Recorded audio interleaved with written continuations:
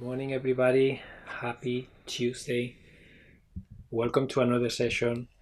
Today, we're going to be talking about a time management topic, and that topic is how to create individual time and quality time with others. Okay, I talk a lot about how to manage our time, strategies that we can use, but certainly, this is a very, very important area that it's worth a full session. Okay, so let's just ease into the session by just doing a little practice. Just get in a comfortable position. If you can, close your eyes. Okay, and just allow yourself to breathe a few times and just relax for a little bit.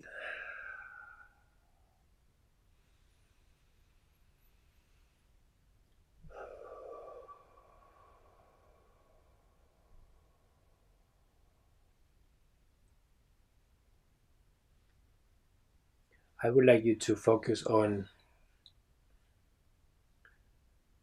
just reflect about how you currently use your time. And specifically, I want you to reflect about how how do you create quality time with yourself, individual time, and how do you create quality time with others? I want you to become aware of, are you doing it right now? Maybe you are not doing it. Maybe this is something that you are lacking and you really crave it. Maybe this is something that doesn't feel important to you. Just reflect about where you are at now. Are there things that you would like to do that you never find the time for? Are there people that you would like to see more, but time goes by and you just never find the way to make that happen in your life? Do the people around you know what you really need? Do they know what you would like to do? Why? And why that is important to you?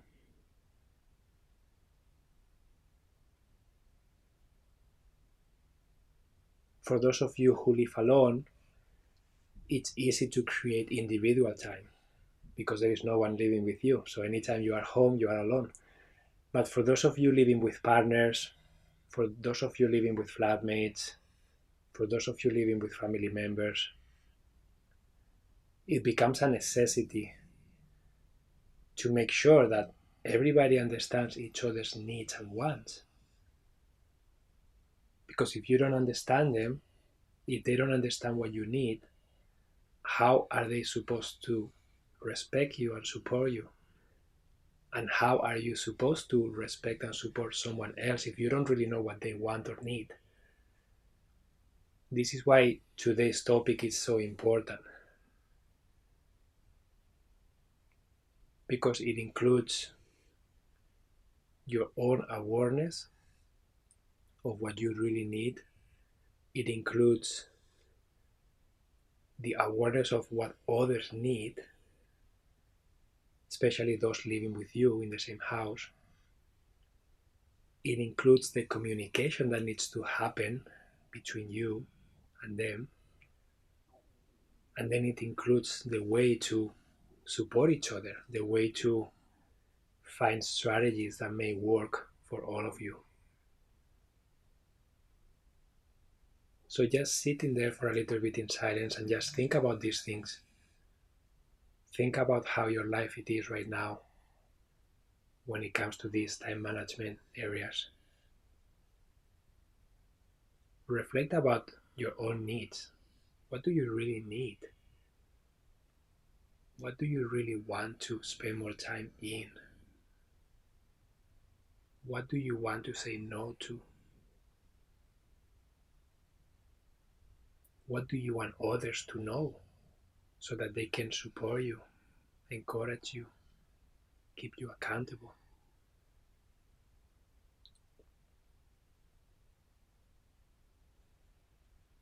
Don't forget to keep breathing.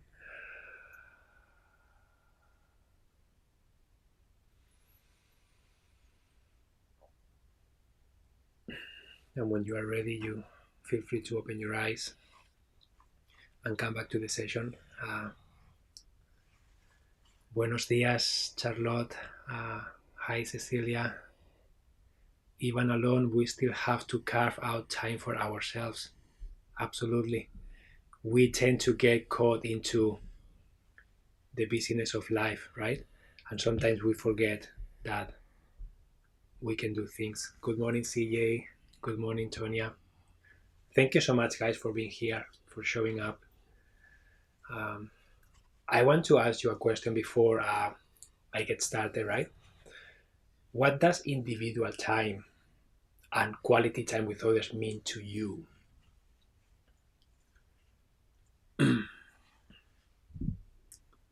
Hi, Mary. Hi, Ree. Thank you, Cecilia. Always great to see you, Emilio. Thank you. So, what does quality time means to you?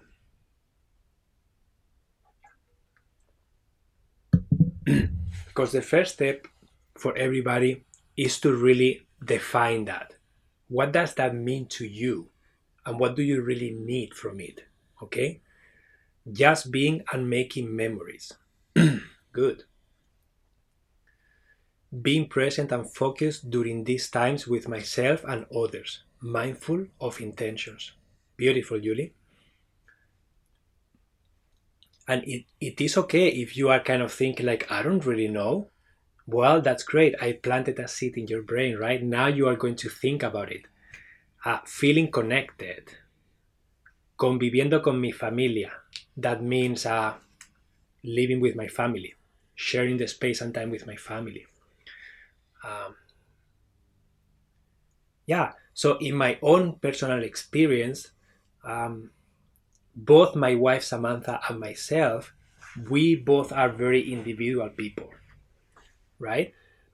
Time that is just mine. Thank you, Cecilia. I love that.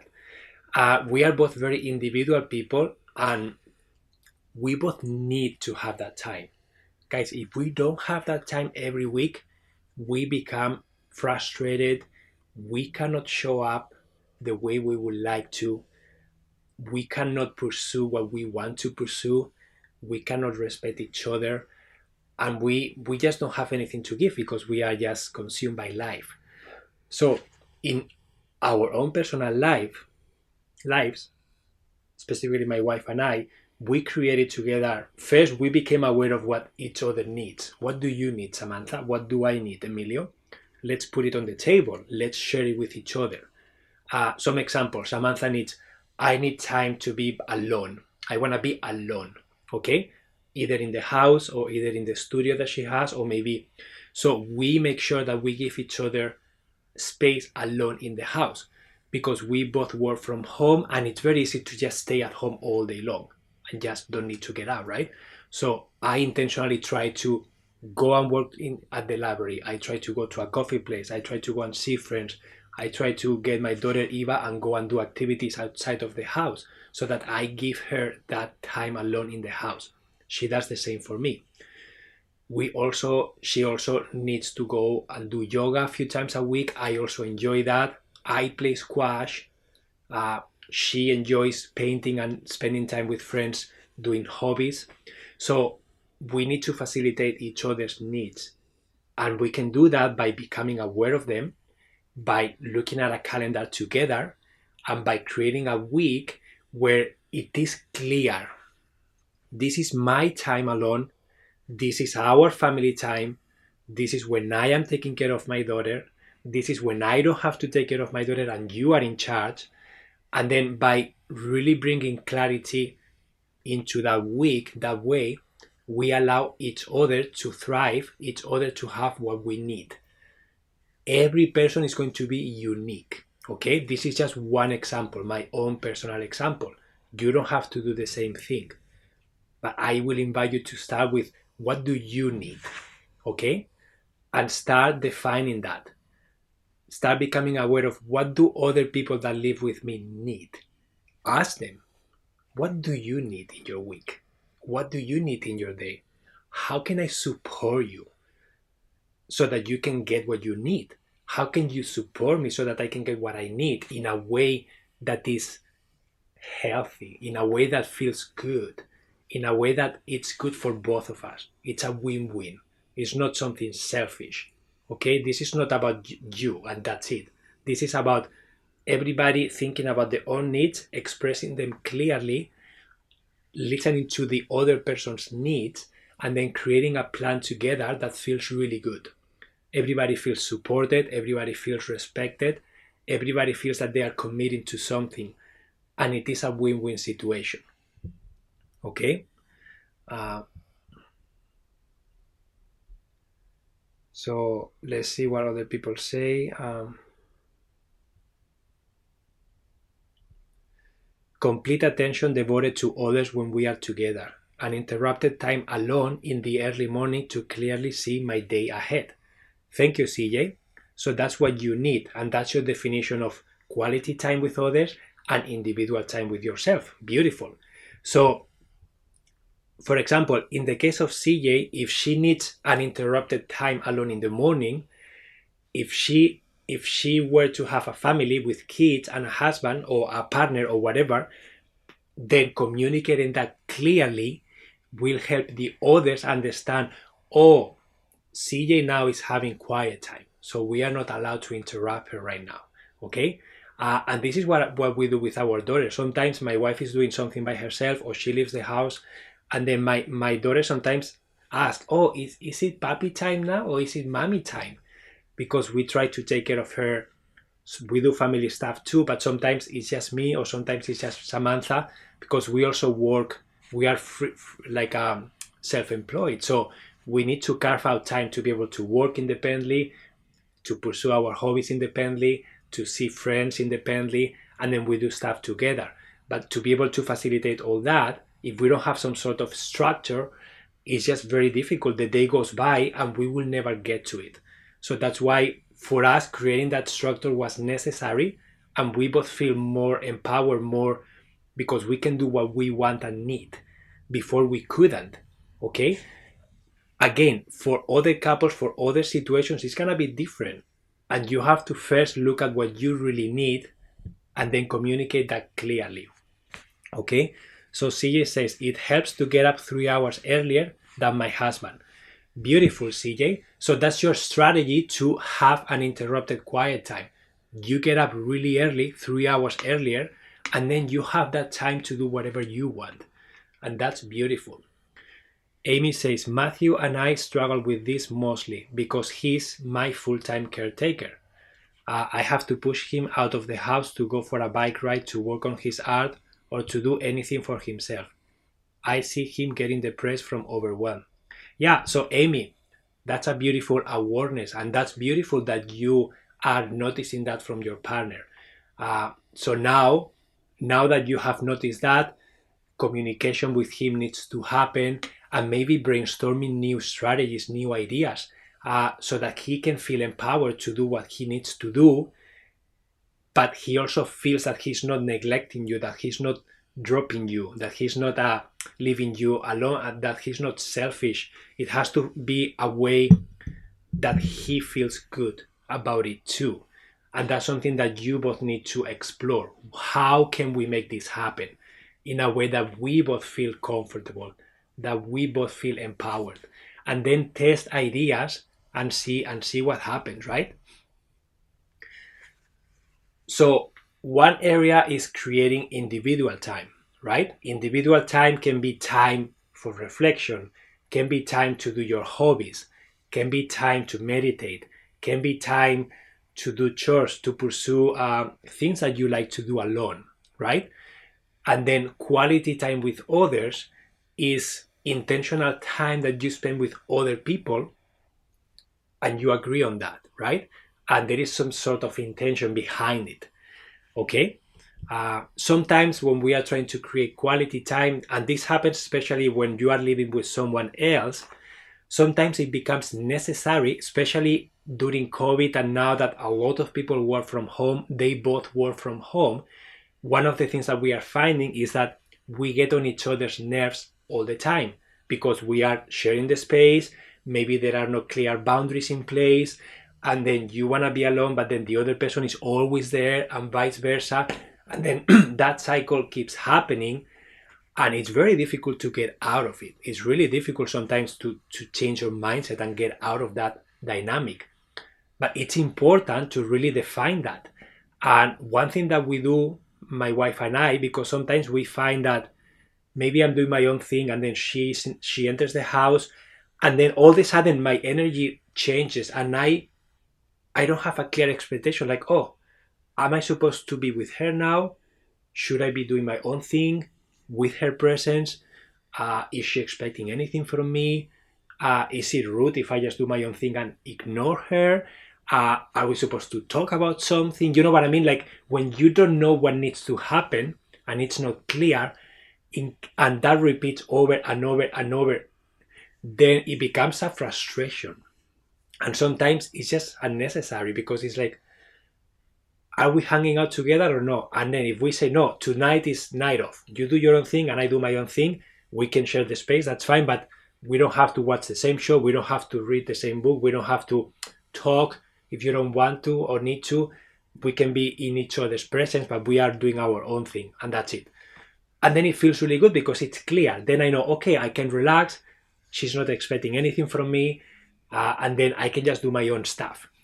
But if we don't set that clear, we end up not doing what we want, but maybe we didn't set the intention to do something together because maybe we don't have to spend every night together, but we are in the house and it feels that it needs to be that way. So when that situation happens, communication for us was necessary, right?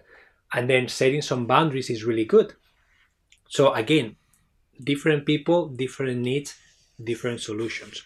Okay? Let me read the comments. A ver.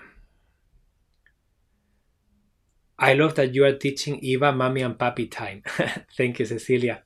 Well, like she needs to understand because sometimes, because we are both self-employed, we don't have a regular job. Like we need to alter. We cannot be always both of us with her all the time, right? So she understands what's going on, and she understands that we split our time. Time to take part in the choir rehearsal recreation for me. So that's what you would like to do in your individual time. Beautiful.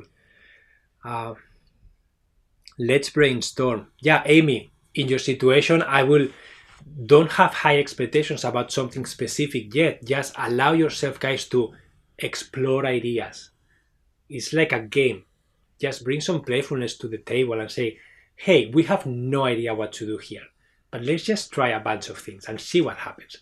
And then just start testing them and see which one sticks with you guys. See which one he enjoys, which one you enjoy. And then after you do that, you come together and then you have a dialogue, and then you share how you felt, if you liked it, if you want to do more of that or less of that, or try something different. My partner likes to work in our open kitchen living room, so he doesn't feel like he's working. But to me, it changes the whole vibe when I want to make dinner, etc. So Jackson, this is a beautiful example on how just someone's presence, even if they are not engaging with you, but having someone in your space can change the energy of that space. And clearly, maybe you enjoy being alone when you make dinner.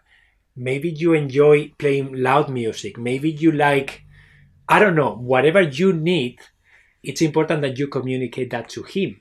And whatever he needs, he communicates that to you. And then you compromise, you find a happy balance. You find something that works for both of you. Maybe he likes to, as you say, he likes to work there because he's in the middle of the energy and he feels like in family time as he's doing his work, but maybe that annoys you. So maybe you can set boundaries here. And then what boundaries? That's for you to decide with him, right? What feels good to you? What feels good to him? How can you find a happy balance where you both get some of what you need, or hopefully everything that you need? And then brainstorm ideas and then give it a try. Maybe you divide who is using the kitchen when. Or maybe he's told, maybe 3 nights a week when I'm making dinner, you have to go and work somewhere else, and 2 nights you are welcome here. I don't know. You guys brainstorm the possibilities that lay in front of you, and then you give them a try. Because there is not a right or wrong answer here, guys. Everything that you come up with, just give it a try, because you don't know until you try. Okay. Me and my partner Tony are feeling happy and grateful to be here with Emilio and others in the community. We both and it really need this. Thank you, Liz. I'm so happy that you both are here. Feel free to share, Liz, if you feel like it. Liz and Tony, how do you guys deal with this aspect? How do you guys create individual time? How do you guys create quality time with others? And what kind of boundaries are working for you? If you feel inspired, just share, because everybody has different situations, and it's very inspiring to see what other people are doing that is working for them, because we get ideas from that. Okay.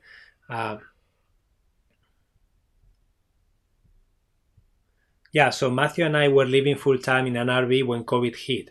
State laws weren't allowing travel. Yeah, so we felt trapped in this tiny box, but we learned so much about how to coexist. Yeah, sharing spaces with others, guys, for a long period of time, it's difficult. Um,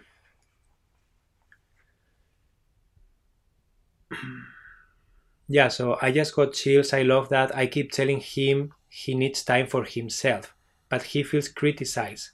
I can't wait to try this new attitude or exploration playfulness. Thank you so much. I know he will respond to that. Yeah, Amy, when doing this, and this is for everybody, when you are changing dynamics, when you are bringing to the table new needs that may require changes, it can be scary for some people, okay? And we normally don't like changes too much. And especially if we are already overwhelmed, bringing something else onto the to-do list may seem overwhelming and may seem that, one more thing to do, one more thing to think about. I don't really want to do this. But let me tell you one thing. If you are constantly on crisis mode, always overwhelmed, and you never take the time to create something different, what's the likelihood of your situation to change? What is the likelihood for you to create something better? If you just keep doing the same thing and you don't allow yourself time to create something different, then what is the likelihood for you to create a better life for yourself, a better time management, open up time for things that you love doing? Very little. So that's why sometimes it's important and necessary to get a little bit uncomfortable, to explore ideas that are new, to give them a try, an honest try. And I promise you that when you start finding something else that is working, you are going to feel better. It's going to be easier because other people are going to understand what you are doing. They're going to support you. You're going to support them. They're going to keep you accountable. They're going to create space for you. You're going to create space for them. And then all of a sudden you start noticing changes and you start doing more of the things that you like. And what happens when you do more of the things that you like? What happens when you feel more supported? What happens when you are supporting others and you see them feeling better? You are going to feel better. And then it's like a ripple effect. And then you will have more energy. You will be happier. You will have more energy to look at, okay, let's look at this area now. Let's try something different here. Let's make this more efficient. I don't want to do that anymore. It's no longer necessary for me. So I say no to that. And you need to explore all the emotions that are going to show up. Okay? Emotions are going to show up. And you have to deal with them. You have to cope with them, explore them, digest them. So in your case, Amy, with Matthew, he's going to have emotions. He's going to feel guilty. He's going to feel selfish. He's going to feel, I don't deserve this. He's going to feel whatever is coming up for him. You need to allow space for that to surface and then say, is this really true? Is this really the truth here? Why can't we try this and then see what happens? Again, this is a journey that is going to unfold differently for each of you. Okay?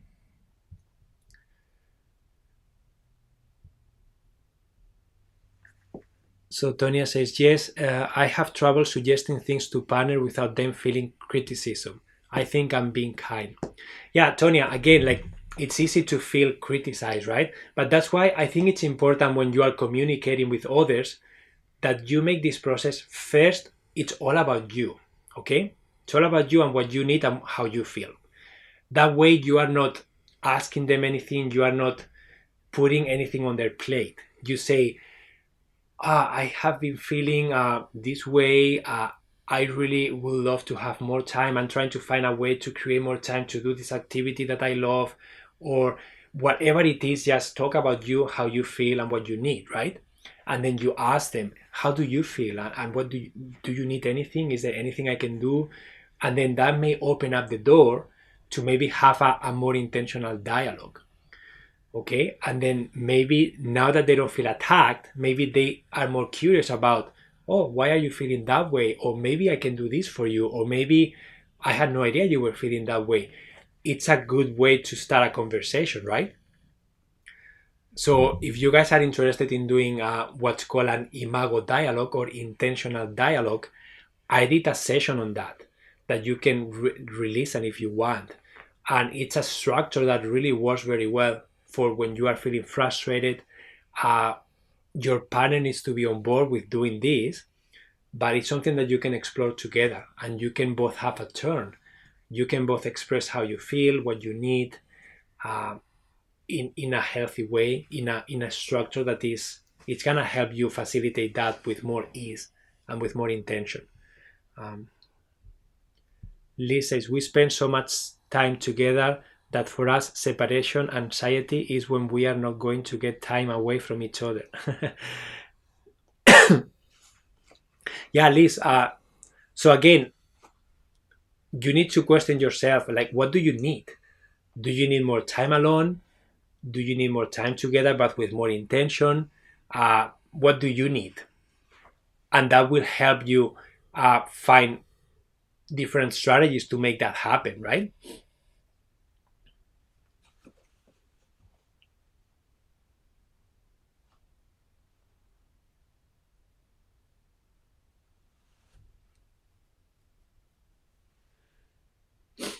But we do spend way too much time together, and we could learn to set boundaries regarding this. Yeah, Liz, thank you for sharing. This is something that my partner Samantha and I, we were experiencing.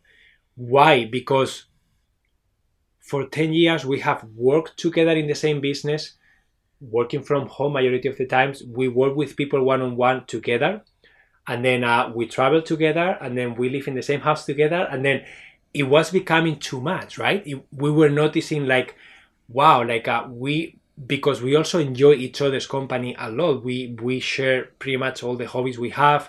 We play squash. We like board games. We like watching movies, watching shows. We like hiking. So we share so many hobbies that for us, our job is to do things independently. And some people don't understand this, and they say, what are you talking about? I need to spend more time with my wife. But again, every situation is different. Our situation is that we spend so much time together that we need to make it a priority to separate, to do things alone, to uh, to have quality time with other people that is separated. Because that way, when we get together, we have something to talk about, we give each other space, and we are nurturing our independence too as separate individuals. So just an idea, and this is a reality for us, right? That's why we had to create a calendar, and that's why we had to make sure that we are supporting each other, taking care of Eva and alternating our chores at home, so that we both can have independent time, because we need that. We were kind of feeling like, oh, we are so much time together, and it's just too much. We are not spending time with other people, and we need to do that. It's healthy to do that. So it's not weird. For some couples that happens. Some other couples is the opposite. They are all the time working. Maybe they are outside of the house, and they have to make a priority to get together because they don't see each other enough. So again, every situation is gonna be different, and the needs for quality time and for independent time are going to look different for each person and each family and each situation. Um, so Amy says, I get that. That's why Matthew feels guilty because I can't do the things we used to love to do together. I am seeing the issue on a much deeper level now. Yeah, Amy, again, emotions always show up. When you are trying to manage your time and create different ways of doing it, it's normal that emotions are gonna show up. And maybe he's feeling that way. Maybe he needs space to express that in a safe way. Maybe he needs space to allow himself to grieve that loss, right? Allow himself to, yes, this is no longer here, and it's okay if I'm feeling sad. It's normal. I miss that. But what can we create from now on that it's gonna make me feel better, right? It's honoring the past and honoring what happened and honoring how you feel, but also looking into the future, looking at what do you really want from the situation that you are now. What do you really want to create from that? What do you want to change? How do you want to feel? And it is difficult to do sometimes when you are experiencing all those emotions, but it's necessary to make it a priority, to get on that creation state, to get on that, what do I want next in my life?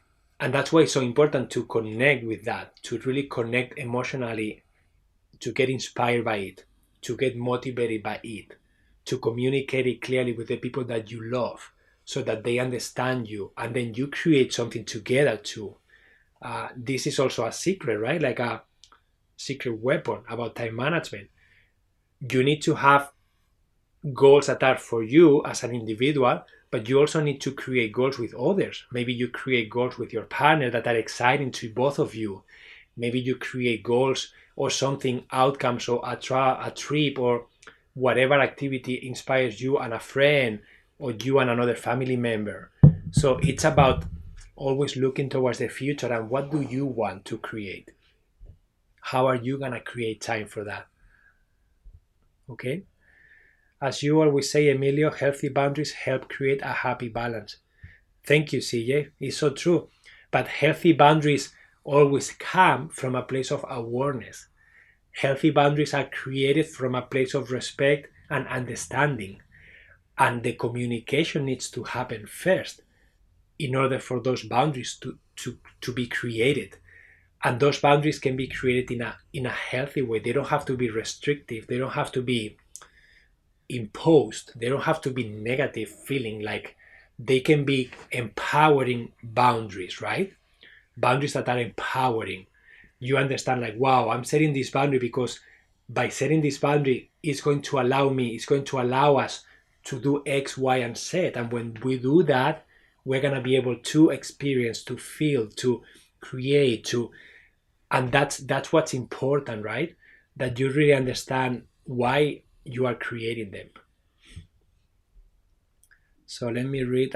Ree says, my problem is with my husband that we had shared our hobbies, likes, and friends for so long and were never apart. And since our son was born, we both started spending time apart and figuring out things we enjoyed separately. And now we have little hobbies and friends we share. It is making figuring things out difficult for time together, and we also both need more time apart to do these individual things. Yeah, since a lot of our time is with work and our son. Yeah, so Rick, you are describing pretty much our situation now. And you have to be gentle with yourself because you are in a stage of your life that your life, it's already busy on its own with the basics, right? You have kids, you have work, you have a relationship, and if you are a creative person, you have your own stuff that you want to work on. So you have to be gentle with yourself, you have to be patient, and you need to prioritize things here. So you don't have to let go of things that you love, but obviously you have less time for them, okay? So now it's even more important to really be intentional about what are the one or two things that I am going to invest my time in, because I don't have a lot of time. I am raising my kids, I am working, and I am figuring out my relationship with my partner. So I don't really have as much time as I used to before. But again, it's a different reality. It's a different, and you need to accept where you are at. I needed to accept that I became a dad. And that entails being patient. That entails taking care of my daughter 50% of the time. That entails things take time.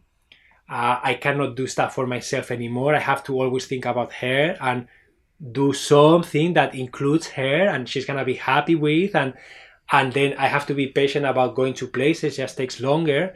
So you just have to accept the new reality, be grateful about it, do your best, and then from that place of awareness and from relaxation of like, okay, I am okay with my situation, it is what it is now, I accept it. From that place, then you look at how much time do I really have left and how am I gonna be using that time, and that's the best that you can do.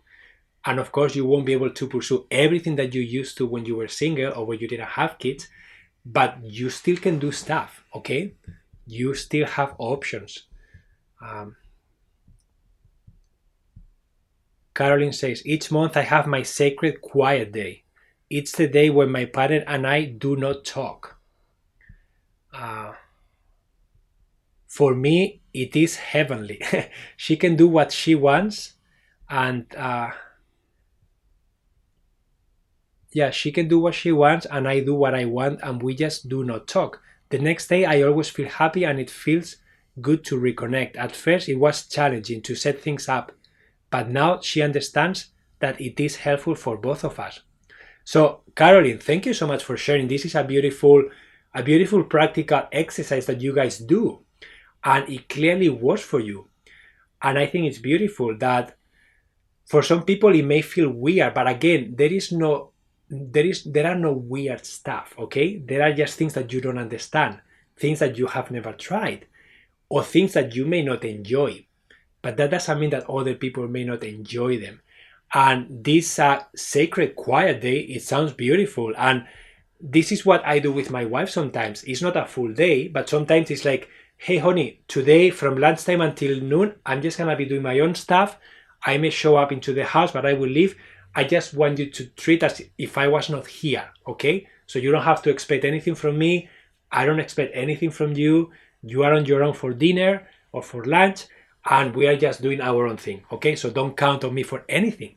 And it just feels so freeing because I know what I have to do. I know what I can do. I know if she shows up into the house, I know that I don't even have to acknowledge her if I don't want to. And she knows that I don't have to because she's doing her own thing. So it can be very interesting to give it a try, to exercises like this. Grief and loss of what used to be is overwhelming. I like the word creation and looking forward.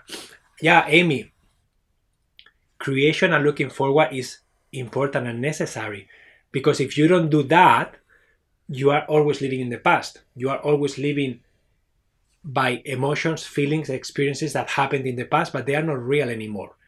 And you are always going to be separated. You are always going to be feeling lack. You are always going to be feeling disconnected from the reality that was and is not anymore.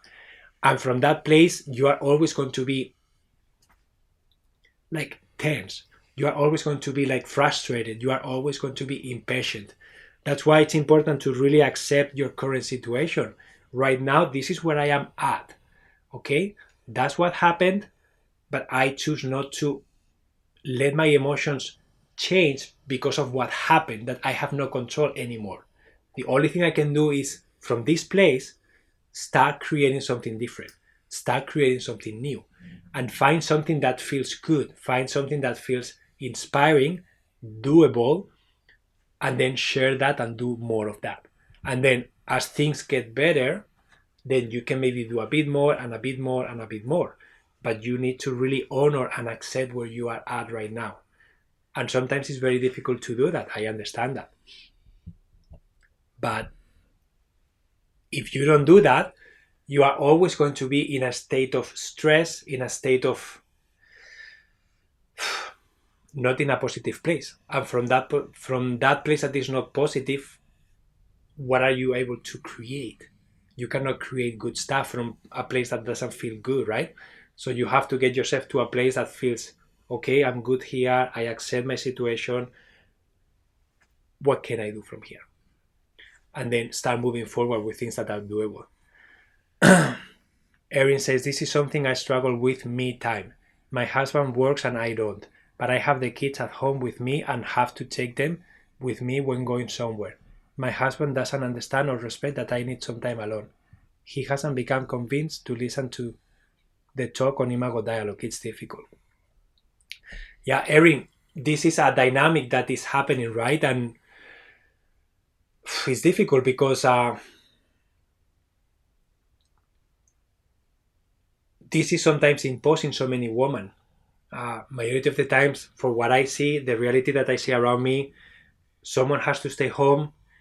It makes more sense majority of the time that it's the woman, because maybe the man is busier, or maybe they make more money, or maybe they cannot breastfeed, they cannot so it can fall onto woman so many times to do that work, right? And to be home. And that's why when we had our daughter Eva, for us, it was really important that wasn't the reality for us. It was really important for me and for my wife. My wife will not allow that to happen. Let me tell you that. She will say, Emilio, you are taking care of the kids now because I have to go now. So she will not let that happen, right? But sometimes you may not be as verbal, you may not be as strong, the dynamic will look different for you. But again, you need to find a way to create time, whatever that means. Maybe that means using a babysitter, maybe that means using family members, maybe that means having a conversation with your husband and say, I need X amount of time a week, and we have to figure out a way to make this happen because I'm going insane. Whatever that is for you guys, you have to figure that out together. But there are support systems that you can use, and we use family, friends. So we use family, we use friends. For example, we were babysitting our friend's daughter for 5 days, and they went to LA. They went to a trip, and then they were able to enjoy 5 days by themselves that otherwise they will not be able to do. So that's how we supported them. And then if we need the same, I'm sure they will do it for us. And that's how you start kind of supporting each other so that you can get some time. There are many different ideas, but I know it's tough. And I know I see your situation in many, many other families. And sometimes it requires changing the dynamics. And sometimes changing the dynamics can be a little bit traumatic, can be a little bit, you are going to face resistance for sure, because things are working good for some, but you are not feeling well with that. So you need to find a way to create something there. Maybe 1 or 2 nights a week, he is responsible to stay home and you get to go out for a couple hours.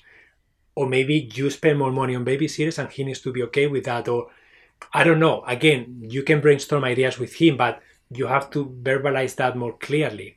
And you have to don't accept what it is if it's not serving you. And if you need something different, you need to find a way to communicate that more clearly. Okay? So time is almost up. Let me see.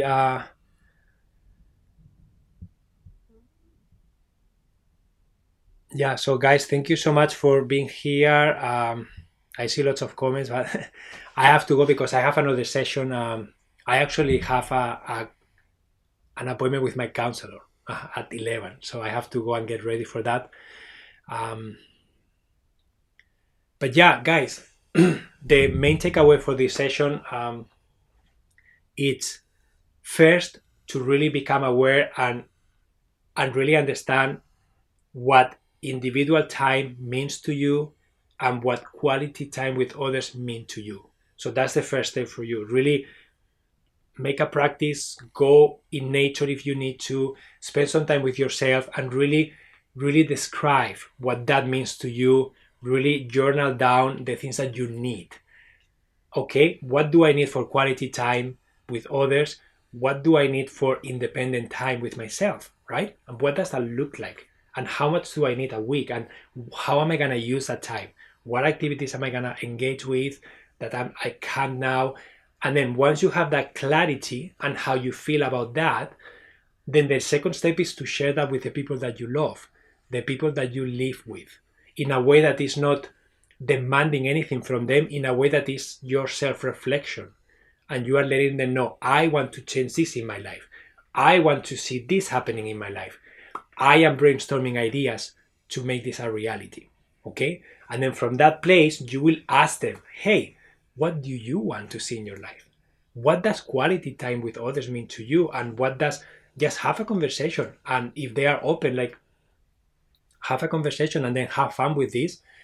And then from that place of awareness and connection and communication, that's when you can then bring the idea of, let's brainstorm different strategies to make this a reality. What can we do differently to make this a reality, or to see more of that? Okay, maybe you are not gonna get 100% of what you want, but even if you get 20%, that's better than 0%. Okay, and I promise you that when you get started making changes, creating more changes is gonna be easier, because when you start creating changes, okay, you are going to start feeling better, you are going to start opening up time, you are going to feel more fulfilled, you are going to communicate better, and then it's a ripple effect. And then creating better and more change is just going to be more accessible to you. Right now, it may seem impossible, but you need to get yourself to that place of acceptance and creation. When you are accepting yourself, you are accepting your situation, you calm yourself down, you try to like put away the stress, the anxiety, all the emotions, just come to the present moment and then try to be at peace. And then from that place, you start thinking about, what do I really want? And start paying attention to what you want, investing your time and energy into the things that you want, and stop thinking about the things that you don't want, the things that you are frustrated about. Stop thinking about them and start focusing more of the things that you want to see and how you can make them happen. And I promise you that you will start seeing changes. Okay? Yeah, well, thank you guys so much for being here. I hope that this session was helpful, and I hope that you guys got something from this. And again, I hope that I planted a few seeds there that for you to do things that you have never done before, to be more courageous and to be more willing to try things instead of doing what you are currently doing if it's not serving you anymore. Okay? So guys, I have to go now. Thank you so much for being here, and I will see you on Thursday. That we're gonna be talking about strategies to stay motivated and excited. Okay, we're gonna be talking about strategies to keep you excited about the things that you want, so that you can keep your energy high, your mindset high, and you can cope with the emotions and the belief systems and everything that may show up along the journey. Okay, until then, have an amazing rest of your day, and I will see you on Thursday. Okay, in the meantime, if you want to check some of my courses, that's the best way to support my work, to enroll in my courses and engage in the course classroom. That's way better than donations. That's way better than anything else. So if you guys want to support my work, if you like what I do, the best way for you to support me is to enroll in one of my courses, learn a lot, and engage in the course classroom as much as you can. Okay? Amazing, guys. Have a beautiful day, and I will see you on Thursday. Adios.